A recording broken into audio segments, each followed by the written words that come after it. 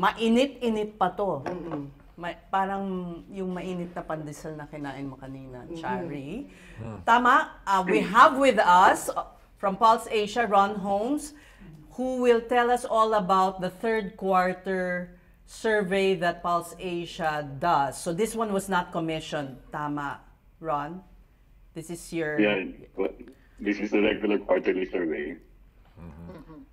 So it's our survey. There's no commissioning entity. Okay, I'm joined here by my OG colleagues. Jing Magsaysay on my right, Chari Villa, Danny Buenafe, Pal Marquez, and Jing Reyes from who's now in California but coming home soon. In Trump territory. Trump territory. No, California. I beg to disagree. Wala namang ganyanan, Newcom. Oh, Jean, ikaw ulit. First question. Anyway, very telling itong resulta ng latest Pulse Asia survey, Ronnie. 69% of your respondents are critical of the government response to corruption. Ito ay may kinalaman na sa mga flood control scandal na ilabas, ano? At napansin ko malaking talon ito mula nung June, kung kailan nagtanong din kayo tungkol sa corruption. It was just at that time around 24%, 25%. So, tumaas yan. Majority of Filipinos are now concerned about graft and corruption in government compared to the June. We have not seen this. The last time I can recall I saw this was at the start of the Aquino administration. And the main reason then was because, of course, we were coming out of an administration that was saddled with so much scandals, CPN, and then the incoming president, Noynoy Aquino, the late Noynoy Aquino, impressed upon everyone the need to address corruption as a problem. So, yun yung tinatawag namin sa political science yung nag-effect ng presidente. Pag sinabi ng presidente importante, nagiging mahalaga siya sa mamamayan. Ganun din yung nangyari kay Tigong. Sabi niya, malapit na tayo maging Marcos State. So, naging importante yung problema ng droga. Pero ito, batay natin dito, bakit na tumaas? Definitely, because of the scandal involving flood control, it's already snowballed into many other things. There are sectors that are inexistent, school buildings that are of low substandard, market flows that are shorter than what they were supposed to be. And many others that have not been revealed here. So, Ronnie, was it also triggered by a presidential declaration such as mahiya naman kayo? O dahil lang talaga sa lumabas na yung sobrang nakakagalit at nakakapangngit-ngit na mga halaga ng pera na ninakaw? Definitely, a triggering factor ito, if you go to why the scandal eventually came about, why many revelations came out, was the statement of the President during the State of the Nation address. But that did not necessarily trigger the, uproar, protest against graft and corruption. The revelations came after the President said so, and you should credit the President for saying such. But eventually it was found out that there were big ghost projects, that you had district engineers that went to the casino that lost money that we could only dream of. If you had basically 20 lifetimes, you would not be able to amass that much wealth also. But the scale is something that really would not just upset, anger many Filipinos. And then you have a number of legislators being associated with the issue. And then you have several other things that came out into the revelations of the budget. So parang nagpatong-patong na. Alam siguro, sa akin, alam ng Pilipino na may corruption. We should not in any way deny that Filipinos think that corruption is something that's normal in our country. I mean, it's normal in many other countries. There are different types of corruption that are happening in many other countries. It's not exclusive to the Philippines. But the amount of greed is the one that basically brings about this anger towards what has happened. And it seems that people are not satisfied with what government is doing to get those who are behind all of these abuses held accountable. Ano po pa yung talagang tanong ninyo sa survey? Ano yung exact question sa mga respondents? Well, basically, yun dyan is binibigyan namin sila ng listahan at sa listahan yan, ang tanong sa kanila, sa mga sumusunod na isyong pambasa, pagsabi hanggang 3 isyong dapat aksyonan kaagad ng administrasyon ni Presidente Ferdinand Marcos Jr. So they mentioned the first, the second, and the third. And in terms of the first one, of course, it happens to be inflation, but overall, among the 3 that are mentioned, the second rank would be corruption. Ano yung pangatlo? Ang pangatlo, lumalabas ay increasing the pay of workers. So that's 37%. Criminality comes fourth at 23%. So yung pay of workers decline, no? It used to be a concern of the majority, but it declined in the September survey. Nagpalit sila ng posisyon nung fighting graft and corruption. Some people say that inflation is not bad, no? Over the past quarter. Inflation has eased, but prices have not declined. And if the pay of workers has not increased, then it makes it more even, it continues to be difficult for people to buy things or procure things, goods and services that they normally procure. So yung galit nila, tas nakita nila, kinakasino lang yung trillion piso. Kaya nga, Chavi, saan natin makukuha yung ganun karaming pera? No? Diba? Unless pumunta tayo Las Vegas at sunati tayo. Pero Ron, how about the performance of our government officials? Kasama to sa quarterly survey, hindi ba? Yeah, we're positive in the data, but as far as I can recall, essentially, hindi naman gumalaw eh. That means that the president remains disapproved and distrusted by majority of Filipinos. Pero, I mean, the approval of the president remains less than majority. Okay. Sorry to interrupt, pero pinoprocess pa o ba bakit? No, we're validating it. We'll soon release it. Once we have the data finalized, we will release the performance ratings of the top officials. Unfortunately, in dalawa na sa 4 na top officials, wala na. Iba na. Unfortunately or fortunately, dalawa na sa 4 na aming performance rate ay wala na. So wala performance rating yung dating speaker at yung dating Senate President. Ang meron lang ay ang presidente at ang vice-presidente. Pero you can surmise, no, infer from this data that you see now that if the people are disapproving of the national administration's performance on inflation and corruption, you won't see that much of an increase. You should not expect an increase or improvement in terms of the level of approval and trust of the president. True, but the SWS, but this was from May to June. After the elections, where BBM, the president had a small uptick, increase siya ng 10 points. So yeah, we also saw the same things as from May to June. You did. Okay. Pero ang tanong kung June to September tataas ba? Oo nga. Given these numbers, that's why I cannot in any way reveal unless we validate it. And our staff are working on it. We'll probably release it within the week. But I don't think it is improved, and I'm pretty sure it has not improved. So he'll become. Now, with regard to the vice president, baka tumaas. Pero bahagya lang. So parang BBM will touch again the lows that we've seen only during GMA's time. I remember you said. I don't know whether it's that low. Because that was what we got in April, says no. It was the lowest approval and the highest disapproval among presidents in the post-EDSA period. But when they got to that low, pardon me, medyo OG na rin eh. Medyo veterano na lang. Ayaw yung gamitin yung word na T eh. Nag-start with letter T. But my recall is not that good. Ano? Thunders, kamo? Pero, teka.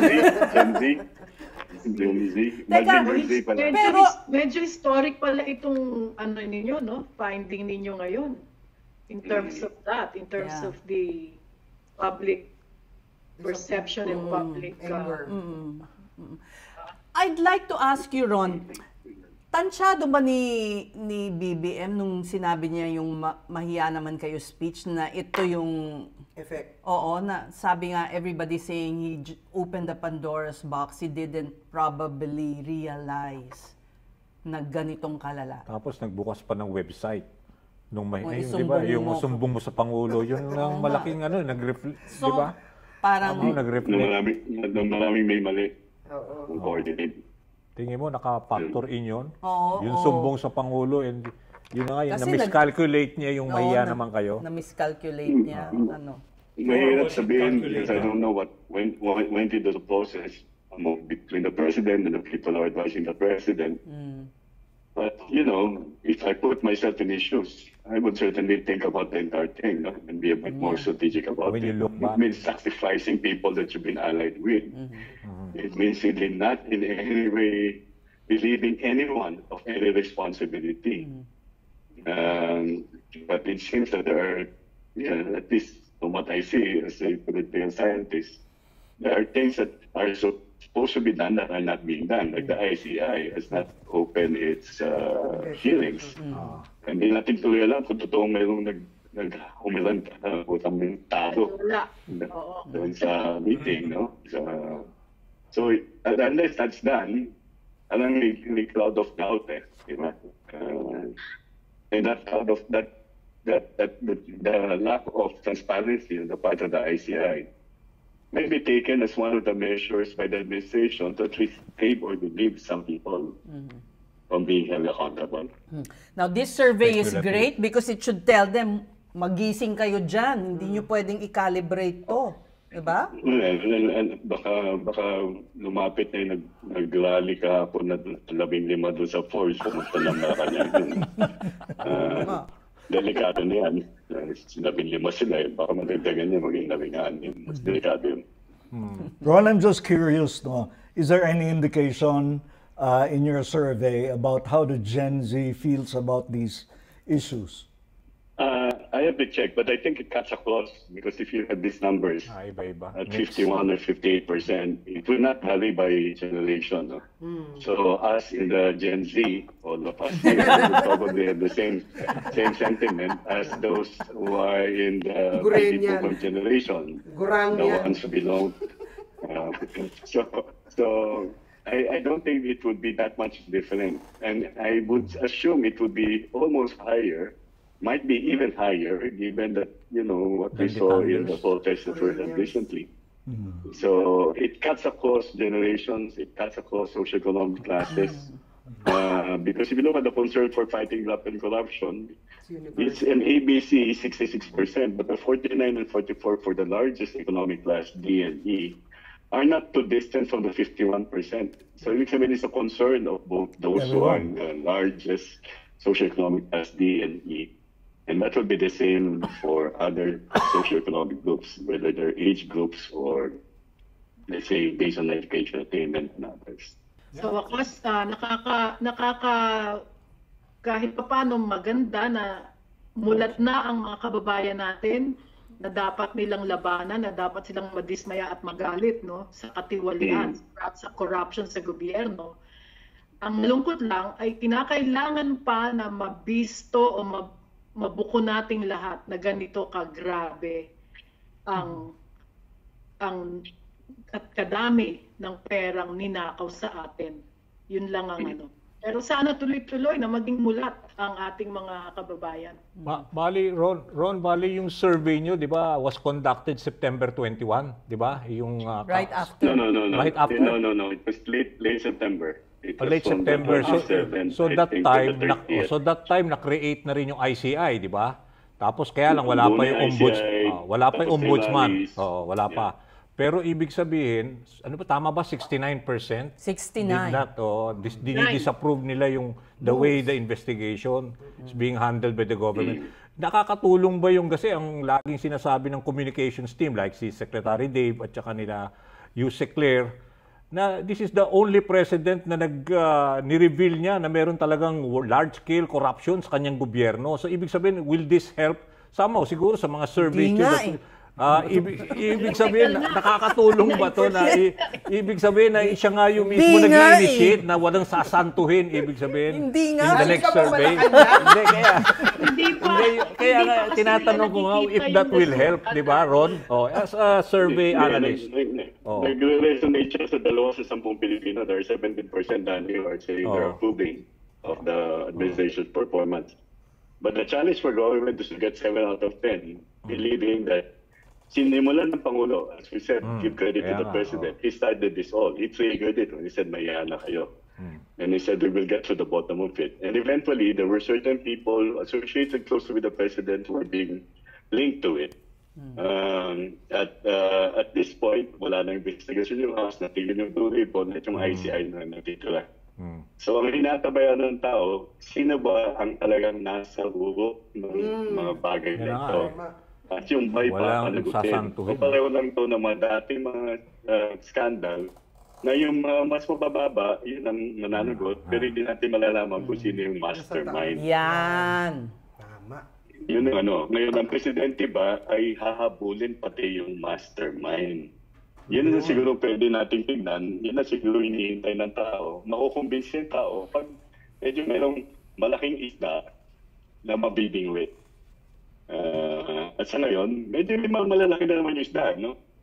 Godzilla na nga daw eh. Hindi na gulami. Pero Marami wala na. pa Hindi rin na yung butete. pating, wala pa rin yung balyena. Balyena. Balyena meron na at ako isang Godzilla. tanong. O yan, Pal. Oo.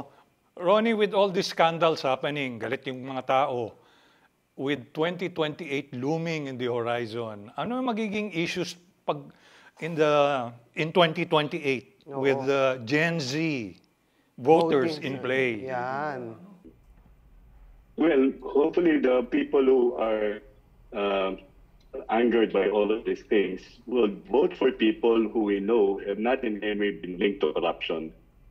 They will not be swayed by those opportunistic elements that we see right now who are trying to teach a ride in the anti-corruption campaign when they themselves do not want to be held accountable for spending so much money in 11 days.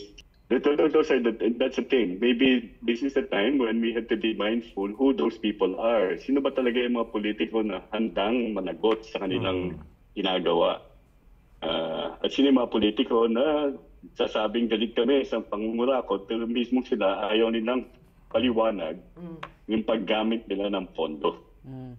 Kasi parang it's benefiting the Duterte camp in a way.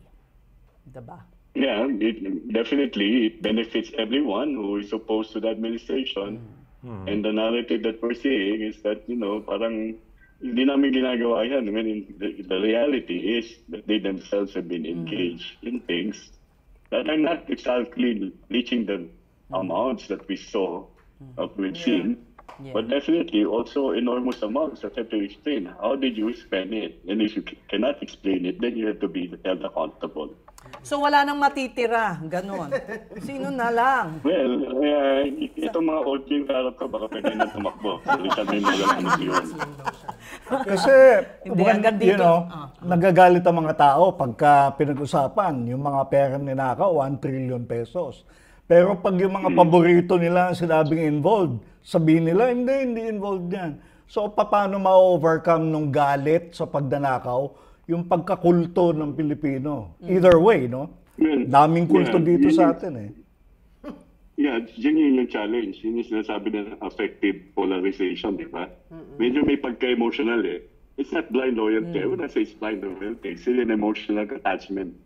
How can you detach yourself from that emotional or affective attachment towards individuals that had actually committed the same offenses? Yeah. How Yeah. nga? How? Now, that's for people in communications to work. Well, that's why we're striving to do this. We hope Am to I be passing the able... responsibility? We're trying to, You have to do a narrative Messaging. that also influences their emotions, that is also equally effective. Yeah. Hey, And that's the great counter-narrative, advice. That's the storytelling that's quite important. That's and so our far, job. You've got groups that are doing that, but it has to be scaled up. And eventually, you won't get these die-hard supporters to change their minds, but they might just be a small segment of the Percentage, voting yeah. population. Yeah. If you're talking about Mindanao, that's make a 94%. difference. If you're talking about Central Visayas, it's plus 5%. So that's 3 out of 10 voters. But not everyone there would vote for a candidate from that area. Right? Yeah. So it's a question of how people who would really wish that these things will never happen would organize themselves right now, come together, start to expand the organization, and tell a counter narrative that would be most effective in drawing support come 2028. Yeah. We're Offer alternatives Yeah. to the trapos that we have now. Are you And I'm are you serious about challenging the us? Are you challenging us, Ron?